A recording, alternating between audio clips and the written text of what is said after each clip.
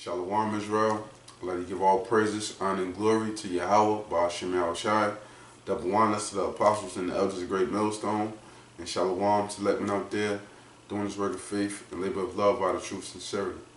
I want to get into a lesson, always bearing about the dying of the Lord. Alright? So this is 2 Corinthians chapter 4, start at verse 6. For the Most High, who commanded the light to shine out of darkness, have shined in our hearts, to give the light of the knowledge of the glory of Yahawah in the face of Yahawashi. But we have this treasure in earthen vessels, that the excellency of the power may be of Yahawah and not of us. Right? So the Lord gave us the treasures to the kingdom within these earthen tabernacles, within these clay, filthy, abominable bodies, which deteriorate in a heartbeat and which truly ain't worth nothing. But why did he do that? He did that in order for his name to be more glorified, because the world in which we live in is a physical world. It's a carnal world. And the people of this world only know the things in which they see, you know. But us being spiritual men living in this physical and carnal world, we're able, with our spiritual eye, able to see beyond the physical, you know. But these people, imagine if they seen, you know, us men today having powers of old, the great fighting skills as King David, and be able to leap over tall walls. If we had the strength of Samson, you know, if we had powers, you know, to be able to bring down fire from heaven, you know, if we had spiritual powers to be able to cleanse and heal demons, and you know, to do different miraculous works as the prophets of old did, as the apostles did that walked with Yahawashi. Imagine if people actually saw us be able to perform those things. They would begin to glorify us and look at us as much more than what we truly are. Because we really ain't nothing. We just servants of the Lord. And the Lord gave us a portion of his power. But that's why the Lord had to strip away those spiritual powers, that his name could be more exalted. Okay? That's why Paul said this in 2 Corinthians chapter 12, start at verse 6. For though I would desire to glory, I shall not be a fool, for I will say the truth. But now I forbear, meaning what? He refrains, okay, from glorying, lest any man should think of me above that which he seeth me to be, or that he heareth of me. Because you had men that actually saw Paul on his different journeys, his different places, where he went, and you had people that heard of Paul that may have not seen him, but heard of the great works and the wondrous deeds in which he was doing. So they could look upon a person with great admiration and actually exalting him without ever meeting him. Okay, so it says, verse 7, unless I should be exalted above measure through the abundance of the revelations, there was given to me a thorn in the flesh, the messenger of Satan to buffet me, lest I should be exalted above measure. So the Lord, you know, gave Paul that thorn in the flesh because men were starting to exalt him, you know, more than he should have been, when all the glory was supposed to be given unto the Lord. So the Lord put a thorn in his side. The Lord gave him an affliction. And when you look up the word affliction basically means to strike. So the Lord had to strike him with an infirmity so that he can be more humble, which he was already a humble man, but so that people wouldn't exalt him above and thinking he's more than a man.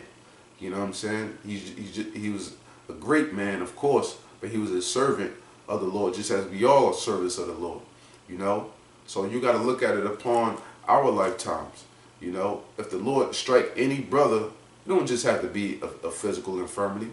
But when you look at the word affliction, well, we have many afflictions, you know. So if the Lord strike with any affliction, it's to humble you, you know, so that you won't be exalted, and also, you know, for you to cleave more unto the Lord. Because real quick, when you go to the book of Job, okay. You go to the book of Job, chapter 22, verse 29. It says, when men are cast down, meaning what? When men are afflicted, when men are struck down, okay? Then thou shalt say, there is lifting up, and he shall save the humble person. So when the Lord strikes us or casts us down with these different afflictions, that humbles us, that makes us cleave unto the Lord more, and therefore the Lord is willing to have more mercy upon us, you know? So that's how we have to look upon these things when we go through our many afflictions, you know, within this truth. But, you know, the Lord does these things so that his name can be more so glorified. Because it said what? But we have this treasure in the earthen vessels, that the excellency of the power may be of Yahawah and not of us. So that's what it's all about. Like when it goes into Luke 17, start at verse 7 through 10, which I call it the parable of the king must eat. Because, you know, it gets into, you know, the king having a servant, and the king making sure that the servant feeds him until he's full, until he's had enough. Then you tell the servant, okay, now I'm good, so now you can go ahead and you can get your portion, you can feed up and go rest up, you know. So that's how it is. YAHAWASHI gets their glory, and then we get the glory in return, which is just a shadow of their glory, okay. This is verse 8 in 2 Corinthians 4. We are troubled on every side, yet not distressed. We are perplexed, but not in despair. And right, we troubled on every side. You know, in every aspect of our lives, we're troubled. Because we have no rest here in Babylon the Great. You know, aka the slave camp for the Israelites. You know. But what it said that we're not in despair. Meaning we're not without hope. Because we have hope, which is YAHAWASHI. 2/3, they don't have the Lord, so they don't have hope. These other nations, they don't have hope. They don't have anything to look forward to. And their carnal minds, they may have something to look forward to within the society, but many other heathen don't know that this place is about to be destroyed, you know? So they don't have nothing to look forward to, but we do. We're looking forward to that continuous city, you know, which the Lord promised unto us. But first and foremost, we're just looking for mercy. You know, for the Lord to forgive us for our sins and to have mercy upon us, be willing to, you know, bring us into the kingdom. That's the first and foremost thing in which we look forward to, is the mercy. You know, the rest of the things, you know, the women, the physical riches, the land, and all that, that's just a bonus, you know. But first and foremost, we just look for mercy, just to be forgiven, man, you know. So I read that again. It says, we are troubled on every side, yet not distressed. We are perplexed, but not in despair. And as I said, we are not without hope. So with that, you know, this quick precept, this is 2 Corinthians chapter 6, verse 10, says, as sorrowful, yet always rejoicing, as poor, yet making many rich. Right? And it says what? As poor, because it said, you know, in 2 Corinthians 4, we are troubled on every side.